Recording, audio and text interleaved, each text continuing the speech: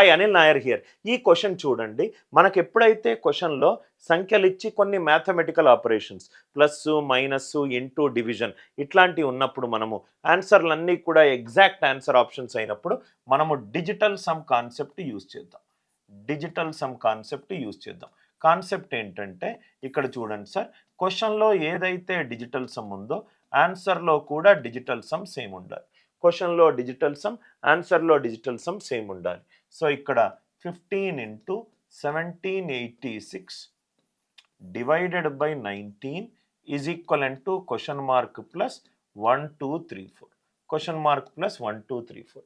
19 digital sum ఎంత 1 plus 9 10 1 అంటే left hand side digital sum 1 15 1 plus 5 6 6 plus 8 14 14 plus 7 21 21 plus 1 22 22 అంటే 4 is equivalent to question mark plus మనం ఒక సంఖ్యలో డిజిటల్ సమ్ కనుక్కునేటప్పుడు సంఖ్యలో అంకెల మొత్తము 9 6 9 యొక్క గుణిజాలు ఉంటే తీసేసేయండి. 4 + 3 + 2 ఇది 1 question mark plus 1 6 4s are 24 2 + 4 6 6 equivalent to question mark plus 1 question mark digital sum ఎంత 5 క్వశ్చన్ మార్క్ డిజిటల్ సమ్ 5 ఆన్సర్లో డిజిటల్ సమ్ ఎక్కడ 5 ఉంటే అదే ఆన్సర్. 8 + 1 9 తీసేసాను 8 కాదు.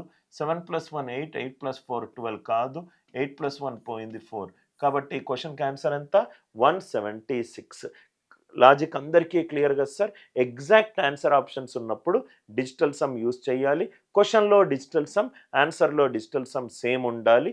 సంఖ్యలో అంకెల మొత్తం కనుక 9 ఉంటే వాటిని తీసేస్తే డిజిటల్ సమ్ అన్ఎఫెక్ట్ అవుతుంది. ఎఫెక్ట్ ఏమీ ఉండదు. కాన్సెప్ట్ నచ్చితే కనుక వీడియోని లైక్ చేయండి, షేర్ చేయండి, ఛానల్ని సబ్స్క్రైబ్ చేసుకోండి.